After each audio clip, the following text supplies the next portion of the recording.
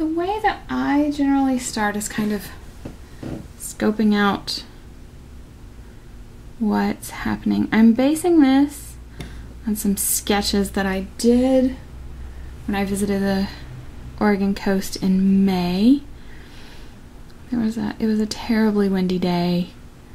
There was lots going on, but I found this one little nook, this little place in between the hills where everywhere else seemed to almost blow. You were almost going to be blown away. But there was this one place when you got just in the right spot, then the wind went around you and you weren't completely windblown. And I just sat there. My friends went for a hike and I sat there and painted while they were hiking. So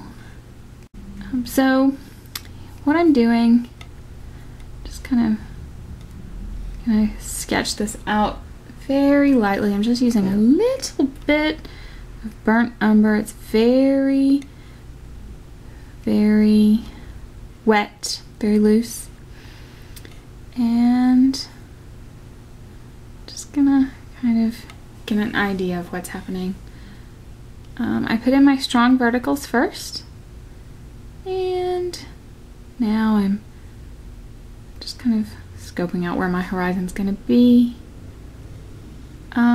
With this painting, almost isn't going to matter because the sky's gonna almost disappear back behind some of these trees. So I always start with that. And it was kind of a gray, cloudy day. So I've done all of that sketching in. And now I'm just gonna kind of work around it. Mostly I do that just to get kind of an idea in my head of where I'm going.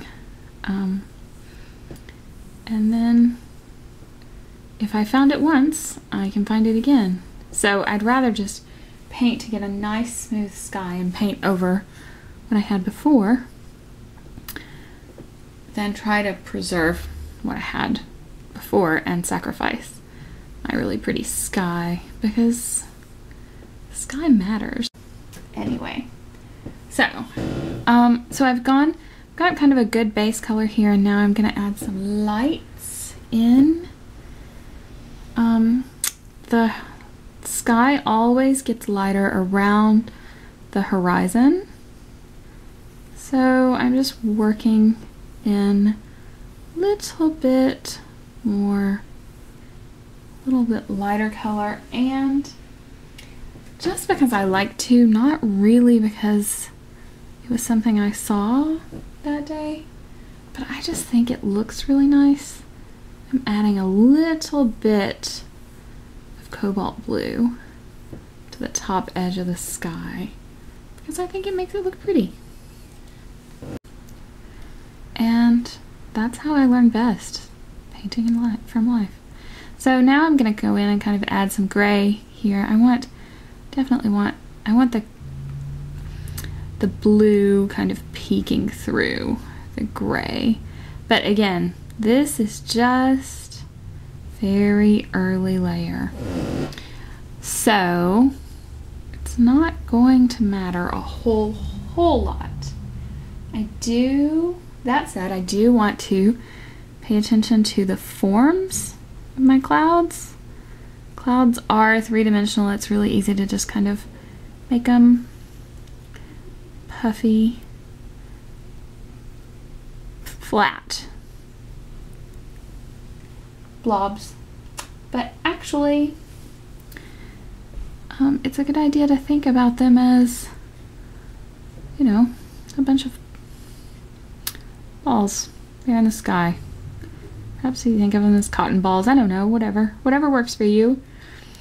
But it's just really good to think about the form of the cloud. So I got my general shape in. Now I've got the dark bit, the part that's away from the sun.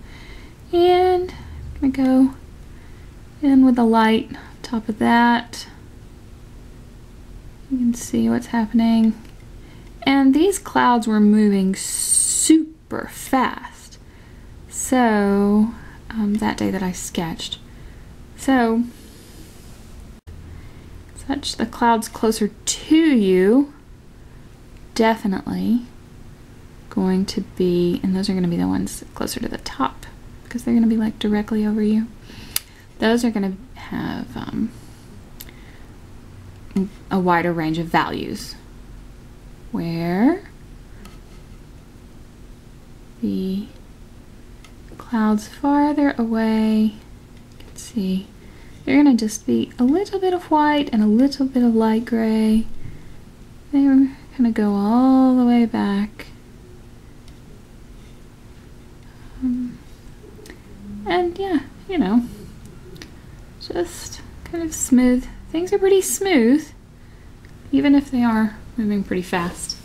It's a nice contrast with the blue. I add that just to the tippy tops here, just like that.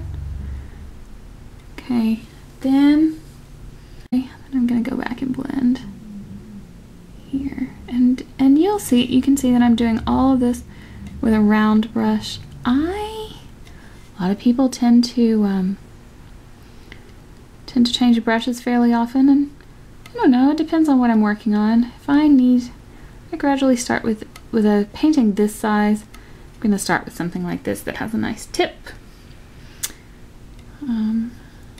But then that, and I can still see here what's happening. I'm going to start that here, and again, it's more important to me to get my sky and water smooth.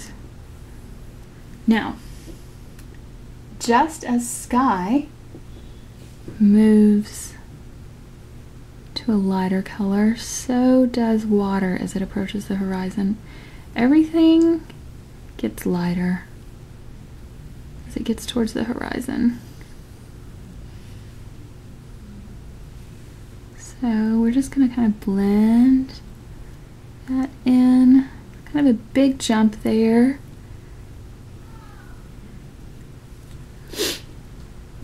A lot happening.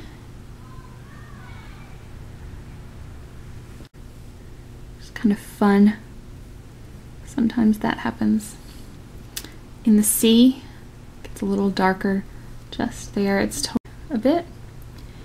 And now we'll have the sky come down and meet the water.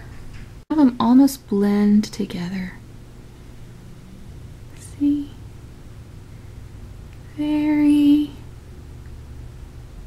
very faint blue. Very faint blue. Lines up with those clouds. Yeah. See? What do you think? Okay, so I'm just gonna smooth this out. I know that I tend to be crooked. So, smoothing that out. Can't quite tell where the horizon ends, where the sky ends and the water begins. That's the way I like it. Kind of gives you a nice depth.